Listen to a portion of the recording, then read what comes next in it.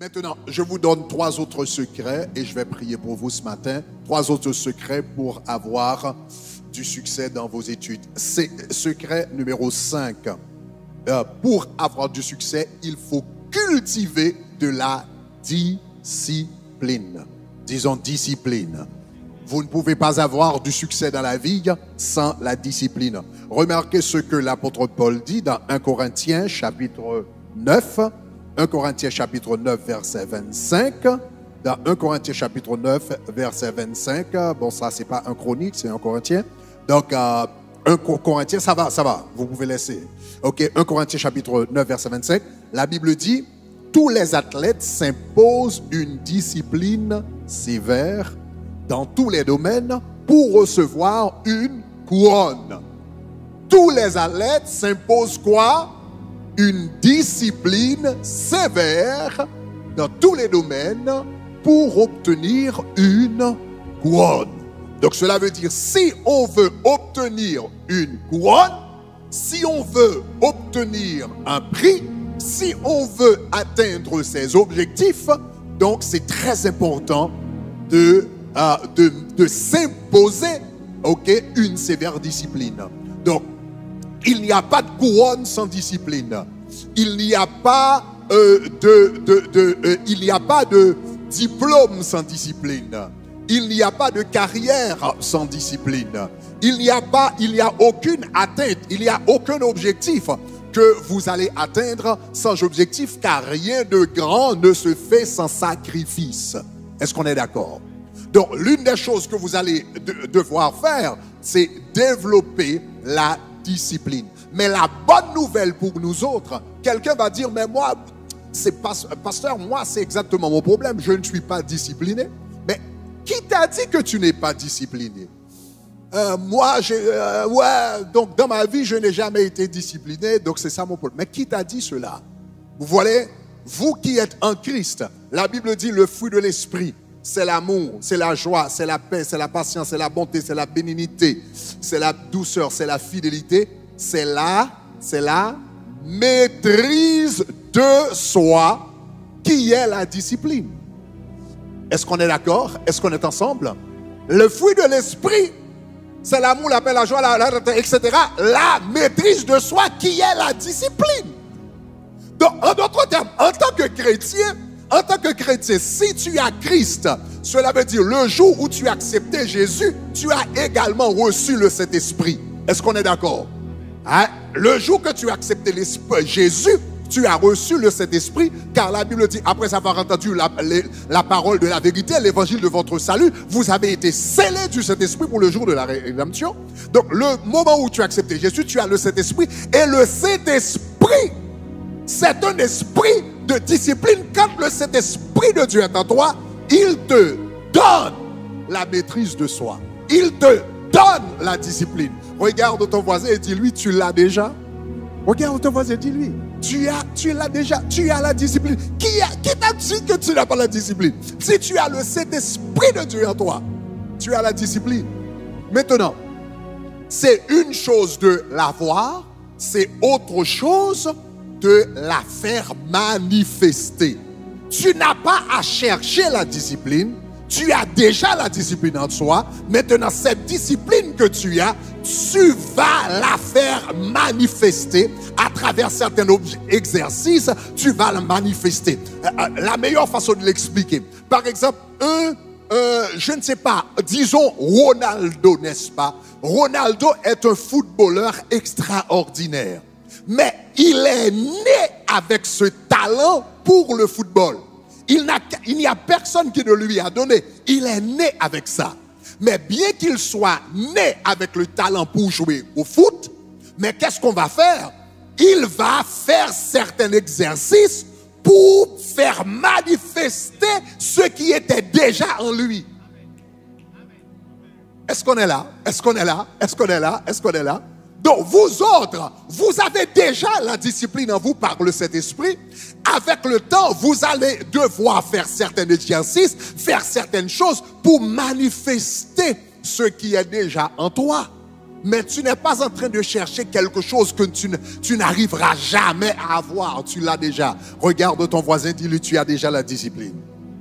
Donc maintenant, oui, on a tous la discipline, mais en même temps, il y a certains exercices, il y a certaines choses que nous devrions faire. Nous devrions développer, travailler la discipline que Christ a mise en nous pour la gloire de son nom. Est-ce qu'on est là, chers amis?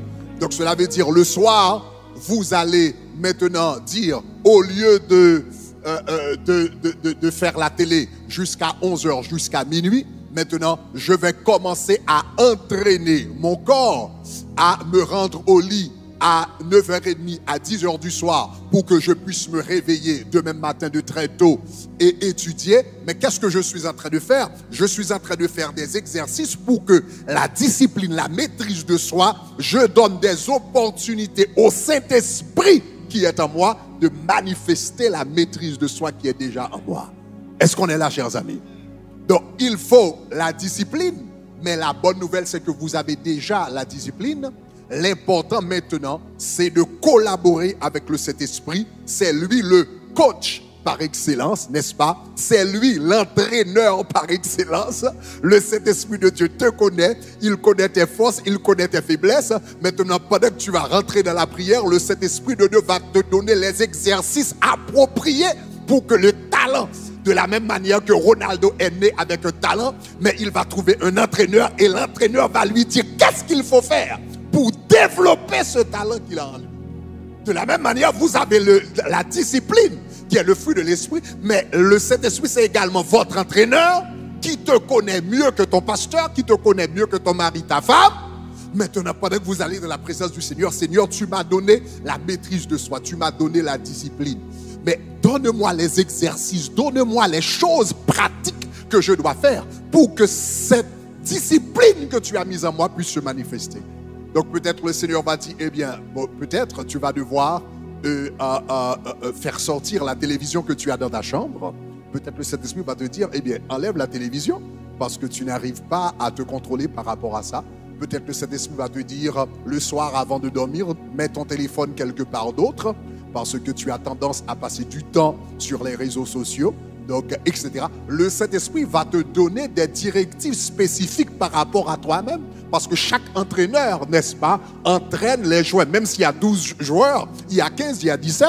Mais chaque entraîneur va adapter sa formation aux forces et aux faiblesses du joueur en particulier. Le Saint-Esprit de Dieu va te donner les directives. Acclamons le Seigneur pour cela. Donc, cinquièmement, cultiver la discipline. Et cela se fait à travers la prière, à travers un dialogue avec Dieu, avec le Saint-Esprit de Dieu. Mais l'important, tu dois avoir la conviction que la discipline, c'est déjà en toi. Parce qu'il y a des personnes qui pensent que je ne l'ai pas. Tu l'as si tu as le Saint-Esprit de Dieu dans ta vie. Numéro 6, sixième secret pour avoir du succès dans vos études. Mais maintenant, laissez-moi dire cela. Avant de vous donner le sixième secret, je vous ai parlé de la discipline, tu l'as déjà en toi, mais l'exercice de la discipline, c'est très important pour les études. La discipline, en ce qui a trait au succès académique et je dirais, pas seulement dans le domaine académique, mais dans tous les domaines de la vie, la discipline est plus importante que l'intelligence. Si tu me donnes un étudiant qui est très intelligent, mais pas discipliné, et un autre qui est discipliné, mais qui n'est pas trop intelligent, et tu me demandes lequel des deux, eh bien, va percer dans la vie, va arriver dans la vie, va terminer ses études, je vais te dire celui qui n'est pas trop intelligent, mais qui est discipliné. Donc, la discipline, c'est plus importante que l'intelligence. Surtout dans tous les domaines de la vie, particulièrement les études. Moi j'ai appris, c'est une leçon que j'ai apprise à la dure.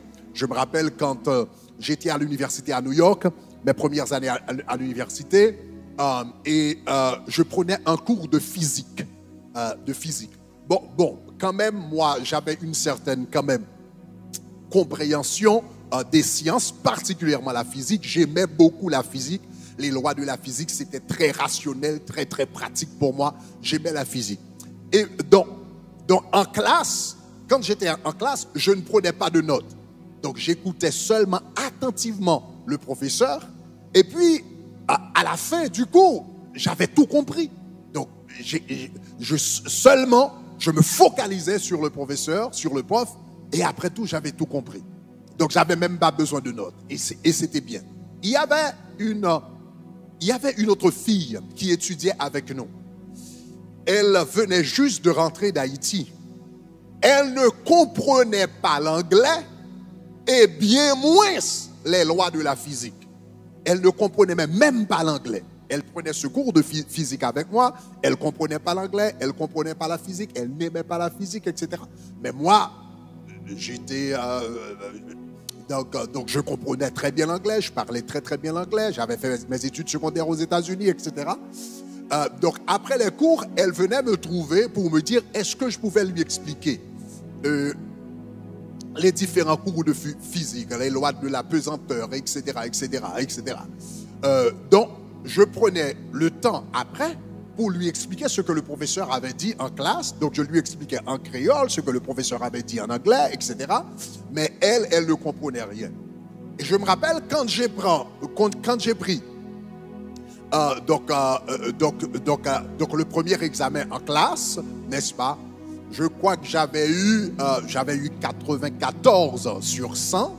94 sur 100, donc bon, c'était pas mal, c'était A quand même aux États-Unis, donc c'est A, c'est pas mal. Et quand je lui ai demandé, mais toi, qu'est-ce que tu as eu? J'ai eu 94, elle a eu 98.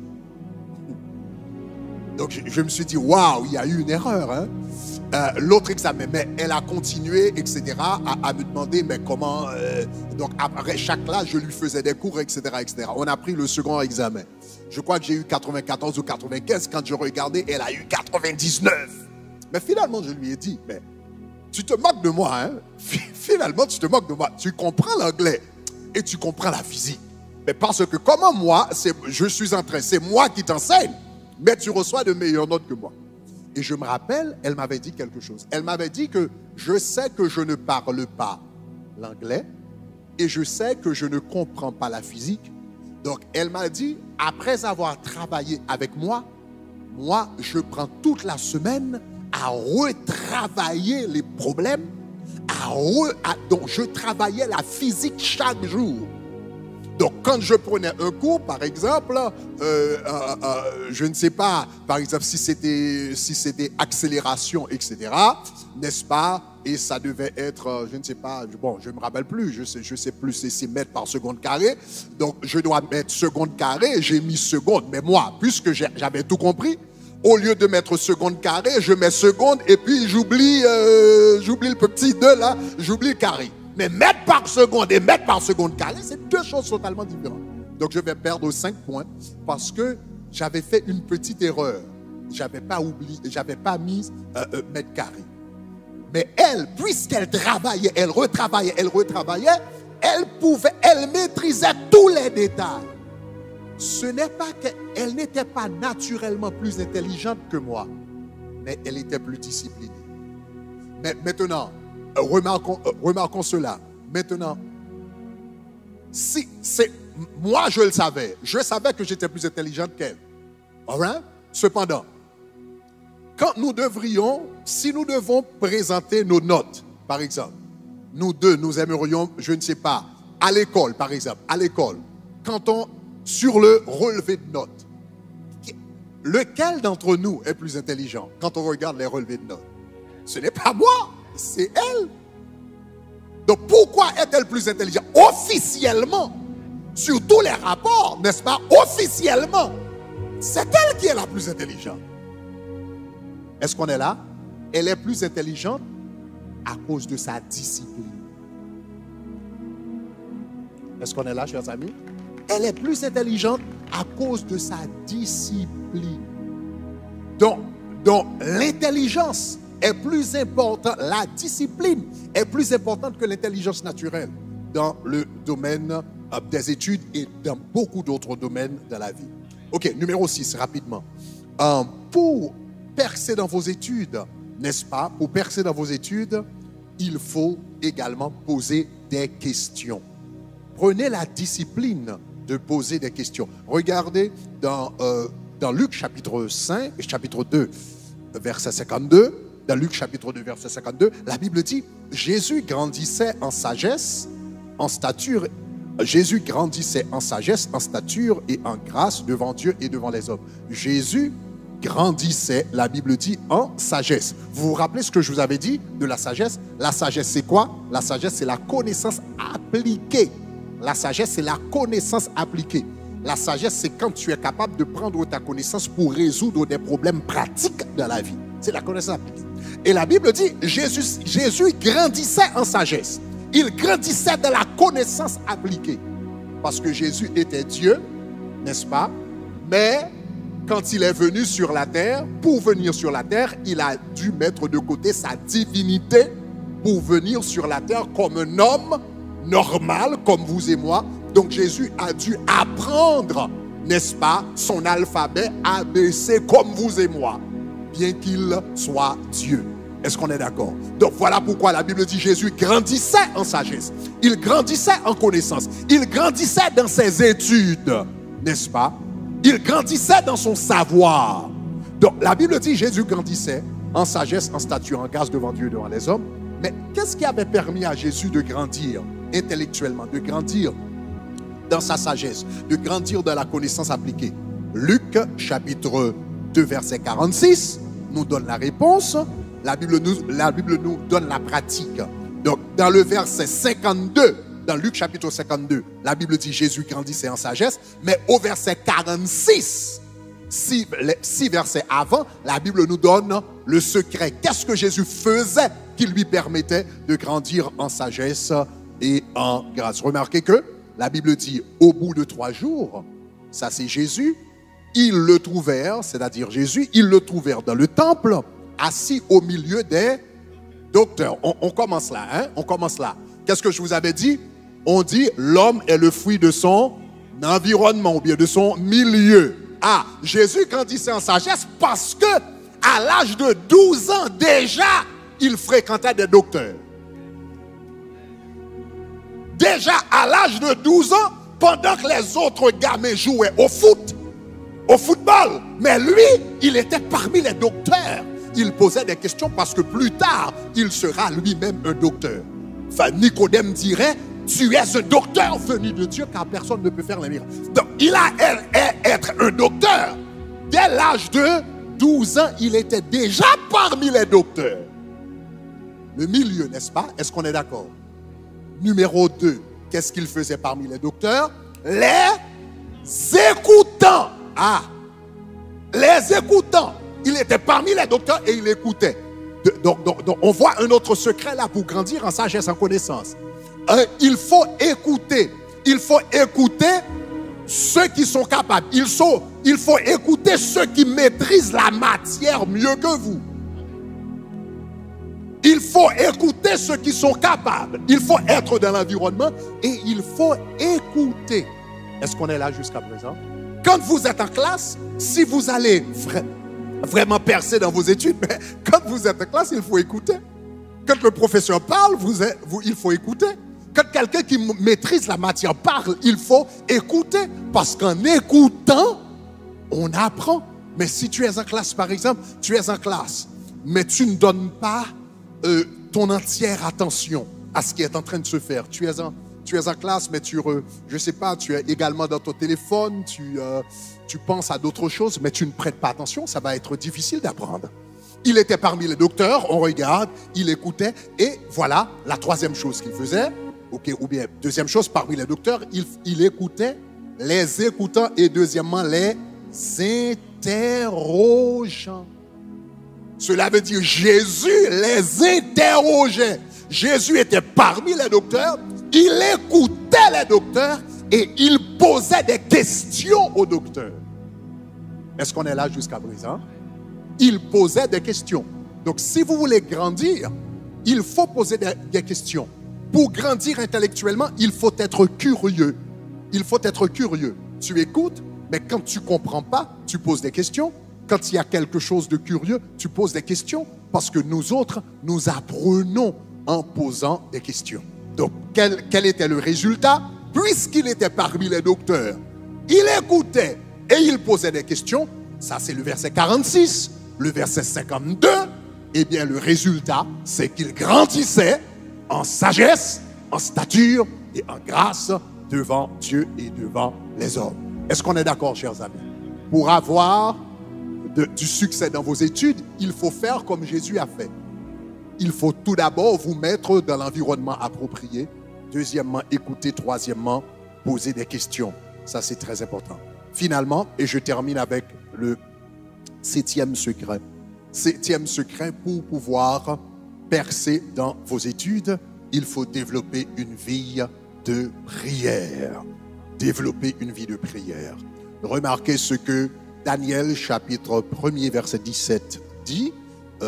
Quand on parlait de Daniel, vous vous rappelez que Daniel, la Bible dit, quand il prenait des examens, n'est-ce pas, il avait une intelligence 10 fois supérieure. Mais d'où venait cette intelligence? La Bible dit, Dieu accordait à ces 4 jeunes gens de la quoi? Dieu accordait de la quoi? De la science. My goodness. Dieu a accordé à ces 4 gens de la science. Je ne suis pas obligé d'être un athée pour être scientifique. Je ne suis pas obligé d'être un athée pour être intellectuel. Au contraire, celui qui accorde de la science, c'est Dieu. Les scientifiques reçoivent leur science de Dieu, même s'ils ne reconnaissent pas Dieu. Est-ce que vous êtes avec moi? Les scientifiques reconnaissent, n'est-ce pas? Ils reçoivent leur science, leur intelligence de Dieu, même s'ils ne reconnaissent pas Dieu. Donc, la Bible dit, Dieu accorda à ces 4 jeunes gens de la science, c'est-à-dire de la connaissance, de l'intelligence dans toutes les lettres. Toutes les lettres veut dire tout ce qui est écrit.